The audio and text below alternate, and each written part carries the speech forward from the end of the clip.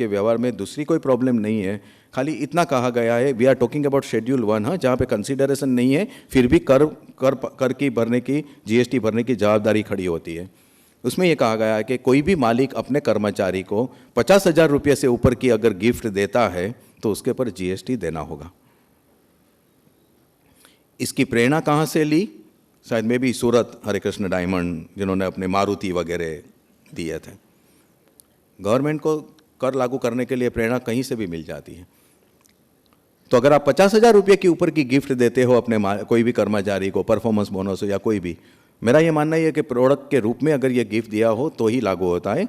जो बेनिफिट देते हो कोई भी सेवा, कैंटीन सब्सिडी या टू एंड फ्रो सब्सिडी वगैरह, तो ये इसमें ये लागू नहीं होता है। और अगर गिफ्ट 50,000 रुपये के नीचे है मान लो, तो आपको क्रेडिट रिवर्स करना है। पर सरकार को देना है, या तो क्रेडिट रिवर्स करना है या तो जीएसटी देना है टोटली। तो दिवाली आ रही है, अपने कोई कर्मचारी को अगर इस तरह से अगर आप उसका अभिवादन करना चाहते हो, तो बी केयरफुल टोटली। तीसरी बात, principal and agent. Principal and agent के व्यवहार को भी उनको कर पात्र कहा गया है।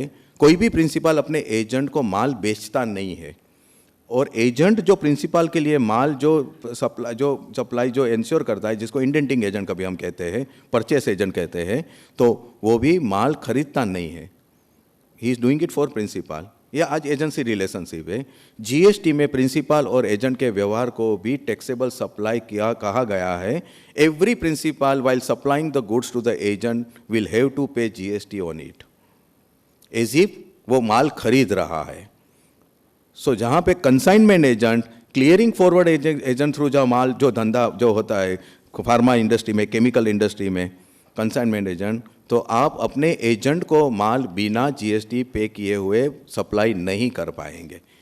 कंपल्सरीली एजेंट को भी रजिस्ट्रेशन लेना है, उसकी क्रेडिट लेनी है, और वो एजेंट को बाद में आगे माल बेचना है। उसकी इनकम कमीशन ही रहेगी। लेकिन जीएसटी के लिए this will be treated as a taxable supply. This can have huge impact on the agency business, क्योंकि अकाउंट और इनकम टैक्स के लिए वो एजेंट है, जीएसटी के लिए वो like any other independent buyer है। और ये कानून को मैं इस तरह से प्रावधान को समझता हूं कि जो लोग फिजिकली माल रिसीव या सप्लाई करते हैं, एजेंट फिजिकली, और बाद में आगे करते हैं, उनको ही ये लागू होता है। जो लोग सिर्फ कमीशन एजेंट या ब्रोकर का काम करते हैं without coming into physically handling the goods, phone पे या धंधा जो लोग करते हैं, तो वो लोगों को ये लागू नहीं होता है। They can continue to do as a commission agent, broker, raise their bill for commission agent और कमीशन और ब्रोकरेज। 20 लाख के ऊपर अगर हो तो वो अपना जीएसटी उसके ऊपर चार्ज कर सकते हैं। ये सिर्फ जो फिजिकली हैंडल करके करते हैं ज़्यादातर कंसाइनमेंट एजेंट, और कंसाइनमेंट एजेंट भी ultimately because of the CST के लिए हमने सब जगह खोल के रखे होते हैं। तो ये वहाँ पे ज़रूर बदलाव अनिवार्य हो जाएगा। तो और एक एस्टैब्लिशमेंट अगर इंडिया में है, उसी कंपनी का दूसरा एस्टैब्लिशमेंट इंडिया के बाहर है या सर्विस टैक्स में है, ट्रेडर कम्युनिटी को ये सब सारी बातें पता नहीं होती है। सर्विस टैक्स में ये सब है कि ग्लेक्सो यूके, ग्लेक्सो इंडिया, दोनों के बीच के व्यवहार को भी जीएसटी में माना जाएगा। Coming to now the registration part, threshold. Threshold जो है, हम 20 लाख के बारे में बात की। हम मानते हैं कि आप याद रखिए कि 20 लाख का एग्जम्पशन नहीं है फ्रॉम टैक्स, 20 लाख का रजिस्ट्रेशन में से मुक्ति दी गई है। हर एक राज्य में 20 लाख की सप्लाई, खाली जो नॉर्थ ईस्ट वगैरह राज्य है वहाँ पे 10 लाख का है। तो और उसमें एग्रीगेट टर्नओवर जो गिनना है आपको 20 लाख के अंदर, वो एग्रीगेट टर्नओवर 20 लाख की मर्यादा जो है, वो 20 लाख की मर्यादा आपको जो गिनना है, उसमें taxable supply, interstate supply, exports, आपकी पूरी वो सारे everything will come under 20 lakh. आज स्मॉल स्केल मैन्युफैक्चरर को 1.5 करोड़ में अपने को एक्सपोर्ट नहीं गिनना है, ट्रेडिंग भी नहीं गिनना है। सर्विस प्रोवाइडर को नॉन टैक्सेबल सर्विस नहीं गिनना है, एक्सपोर्ट नहीं गिनना है। ये 20 लाख की मर्यादा में आपकी सारी करपात्र सेवा, बिन करपात्र सेवा, exports, trading, manufacturing, interstate, intrastate, everything will come under 20 lakhs total. ये 20 लाख का जो थ्रेशोल्ड है, ये जो एग्जम्पशन दिया गया है रजिस्ट्रेशन में से, वो भी वैकल्पिक है, ऑप्शनल है। आप चाहे तो उसको फर्गो करके रजिस्ट्रेशन लेके टैक्स भरना शुरू कर सकते हो। 20 लाख के एग्जम्पशन ये कंपलसरी नहीं है, it is only optional totally. लेकिन पूरा जीएसटी पैन बेस है, एक व्यक्ति के जो पैन नंबर है उसी पैन नंबर के आधार पे उसको सारे रजिस्ट्रेशन दिए जाएंगे, एक राज्य में या एक से ज़्यादा अलग अलग राज्य में, एक ही PAN number, everything is PAN number. जिनके पास पैन नंबर नहीं है उनको रजिस्ट्रेशन नहीं मिलेगा, और उसके लिए कोई ब्रीदिंग पीरियड भी नहीं है आज की तारीख में कि भाई आप 3 महीने के अंदर आपने पान के लिए अप्लाई किया है तो नहीं। और जिनके पास रजिस्ट्रेशन नहीं है उनको जीएसटी के क्रेडिट के और सारे फायदे नहीं मिलेंगे जब तक वो रजिस्ट्रेशन में नहीं है, और उसकी काफ़ी फाइनेंशियल इम्पेक्ट हो सकती है। मैं हमेशा कहता हूँ, मेरे आर्टिकल में भी मैंने लिखा है, हमें बुरा लगे या अच्छा लगे, जीएसटी में जो लोग रजिस्टर्ड है वो सरकार के प्यारे संतान जैसे है, blue eyed babies of the government. GST में जो रजिस्टर्ड नहीं है वो उनकी परिस्थिति अल्टीमेटली कोई अनाथ संतान की तरह हो जाएगी। They are like orphan child, वो अनाथ हो जाएंगे सुनर और लेटर। तो ये जो है रजिस्ट्रेशन थ्रेशोल्ड के लिए, coming to the composition scheme.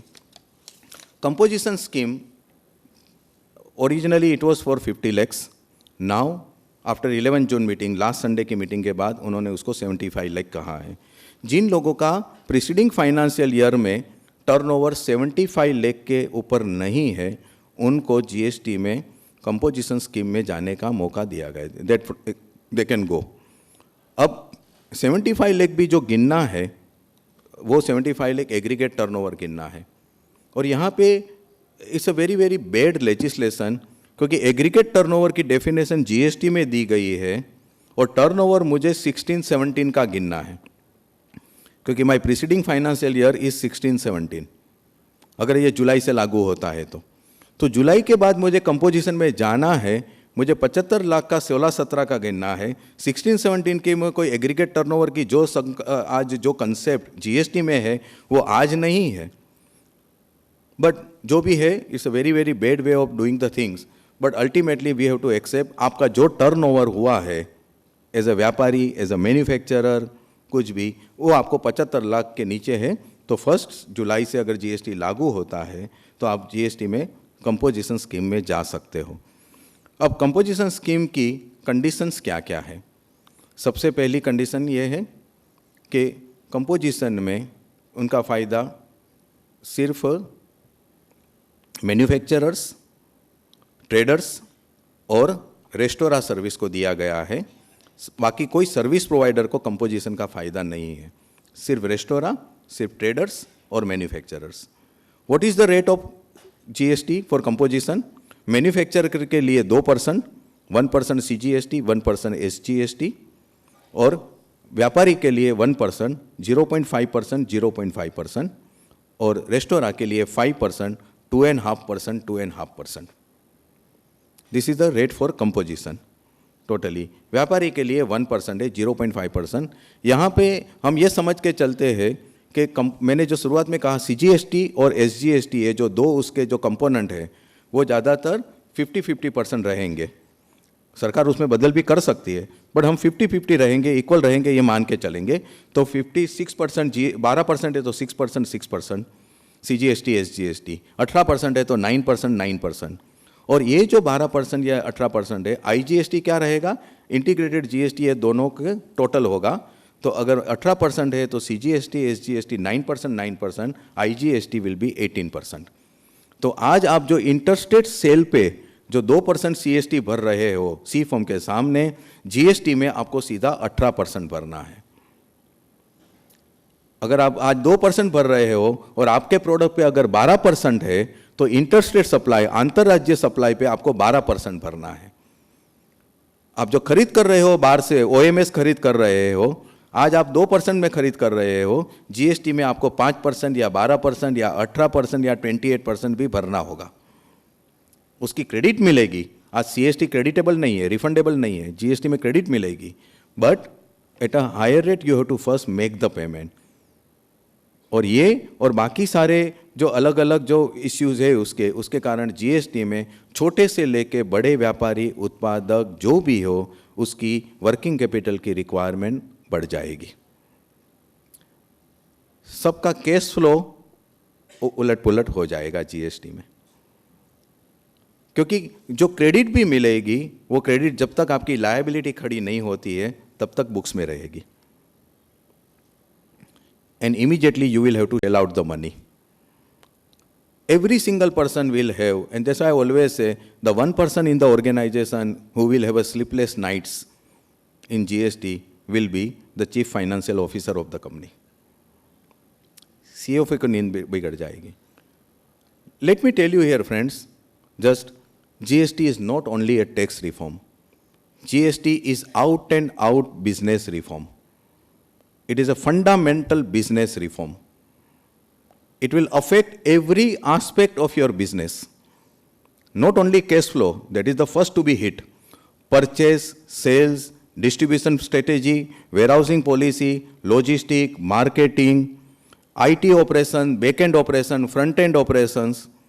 Everything will go under complete change or will have to go under complete change in GST. हम इसको समझे या न समझे, हम उसको स्वीकार करें या न स्वीकार करें, it is a fundamental. The life will not be the same again for anybody in this country once the GST is introduced. Your whole practice of doing the business will undergo complete change under GST. परापूर्व से जिस तरह के हम धंधा करते आए हैं GST में उसमें बदलाव करना ही होगा. There is no way out. तो I will come to that. तो कंपोजिशन की दूसरी जो रिक्वायरमेंट है उसमें जिनके पास जो 1 जुलाई को जीएसटी में जाना चाहते हैं उनके पास इंटरस्टेट से परचेस किया हुआ कोई भी स्टॉक मटेरियल में होना नहीं चाहिए। कोई भी स्टॉक में इंपोर्ट का मटेरियल स्टॉक में होना नहीं चाहिए। उसकी कोई ब्रांच अगर राज्य के बाहर है तो वो ब्रांच से माल आया हुआ उनके पास नहीं होना चाहिए। कोई भी एजेंट या प्रिंसिपल अगर उनका जो राज्य के बाहर है उनका एजेंट उनके पास से उसके पास वो माल स्टॉक में होना नहीं चाहिए। It's absolutely absurd condition, stupid है, बट वो डेस्टिनेशन बेस्ड प्रिंसिपल जो मैंने कहा था, डेस्टिनेशन बेस्ड, उसको इतनी वहाँ तक एक स्ट्रेंज लेवल तक, एब्सर्ड लेवल तक लेके गए हैं कि ये सब आपका बाहर के राज्य का माल है, यहाँ पे पड़ा है, अब तो आप जीएसटी भरेंगे तो आप कंपोजिशन में जाएंगे तो यहाँ पे कंजम्पशन हो रहा है तो ये राज्य को नुकसान होगा। तो ये फिलसूफी के कारण ये सारे उसके पर कंट्रोल है। दूसरी बात, जो लोग कंपोजिशन में जो जाना चाहते हैं जहाँ से उनको कोई भी इंटरस्टेट सप्लाई वो कर नहीं सकते हैं। अगर वो इंटरस्टेट सप्लाई उनकी एक भी है रुपये की तो कंपोजिशन का फ़ायदा उनको नहीं मिलेगा। कोई भी, you are out of composition if you one interstate transaction आप अगर करते हो तो। सर्विस प्रोवाइडर के लिए कंपोजिशन नहीं है, सिर्फ रेस्टोरेंट के लिए कंपोजिशन है।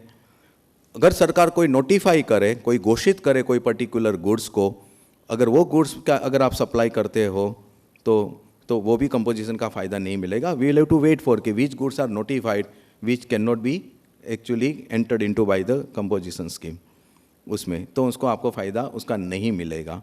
जो कंपोजिशन में है वो टैक्स कलेक्ट भी नहीं कर सकेंगे और वो क्रेडिट भी नहीं ले पाएंगे।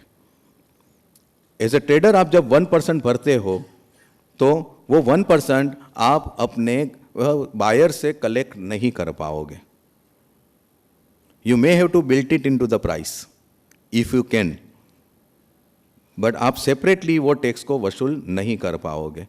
और आपने जो जीएसटी भर के जो माल खरीदा हुआ है रेगुलर कोर्स में उसकी आपको क्रेडिट नहीं मिलेगी। सो क्रेडिट भी नहीं मिलेगी और आप टैक्स वसूल भी नहीं कर पाओगे कंपोजिशन में। उससे आगे जो लोग कंपोजिशन में है उनको अपने इनवॉइस पे क्लियरली लिखना है composition tax dealer, taxable person. वो रिमार्क है, वो ठीक है, मैं लूजली बताता हूँ आपको। इनवॉइस पे बताना है कि I am a composition tax person. उसको अपने साइन बोर्ड या नोटिस पे भी लिखना है कंपोजिशन टैक्स डीलर वगैरह। अब मुझे ये मत पूछिए कि दुकान नहीं है तो क्या, मैं तो टेबल स्पेस से धंधा करता हूँ, तो टेबल स्पेस पे आप नेम प्लेट लगा के लेके I am a composition dealer. Such a ridiculous condition I have never come across in my 30 years career. दुकान या साइन बोर्ड पे लगाना है कंपोजिशन, ताकि ग्राहक जो रास्ते से जा रहा है वो दुकान को पढ़े, ऊपर पढ़े, अच्छा ये कंपोजिशन वाले है, उसका मुझे दादर नहीं चढ़ना है। ये अछूत है composition dealer. Such a absolutely absurd. We can think of such type of condition in 21st century. It is shocking. सिर्फ यही बाकी रहा कि बीइंग ह्यूमन की तरह उनको जर्सी पहनाए और या फिर कपार उसके फोरहेड पे उसको यहाँ पे भी एक पट्टी, I am a composition dealer, दीवार में जो हाथ पे मेरा बाप चोर है, like what type of conditions we are talking about totally. But anyway, these are the conditions. इनके संलग्न दूसरे 2-3 मुद्दे हैं, मैं वो करूँगा बाद में बात। तो ये मेजर कंडीशन है। Coming to reverse charge mechanism, उसके पहले 2 सप्लाई के 2 और पहलू, हम जो सप्लाई की ओरिजिनल बात कर रहे थे, सप्लाई के और 2 पहलू, कंपोजिट सप्लाई और मिक्स सप्लाई, इसको समझना जरूरी है आपके इंडस्ट्री।